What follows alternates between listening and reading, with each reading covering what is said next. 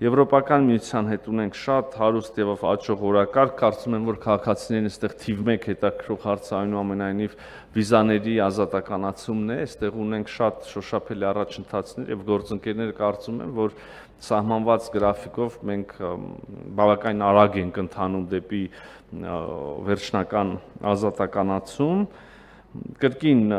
կարող եմ նշել այս տարի արդեն տեղի ունեցած Եվրոպական քաղաքական համայնքի գագաթաժողովը, կարող եմ նշել Հայաստան-Եվրոպա երբևէ առաջին անգամ տեղի ունեցած արդեն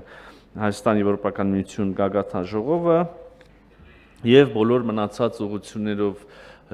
եւս մենք շարունակել ենք մեր հետևական քաղաքականությունը, այստեղ ձեր թույլտվությամբ ես կանգ կառնեմ, չեմ առանձին կենտրոնանալ Լատինական Ամերիկա կամ ծոցի երկրներ, նաև կարող եմ արդեն ասել այս տարի ծոցի եւ Իրանի Իսլամական Հանրապետության շուրջ տեղի ունեցող գործընթացները շատ մտահոգիչ են, մենք ցանկանում ենք օր առաջ տեսնել խաղաղություն մեր մեծ տարածաշրջանում եւ դա մեզ հնարավորություններ կտա եւ քաղաքական երկխոսությունը շարունակելու եւ նոր տնտեսական համագործակցության հնարավորություններ բացահայտելու,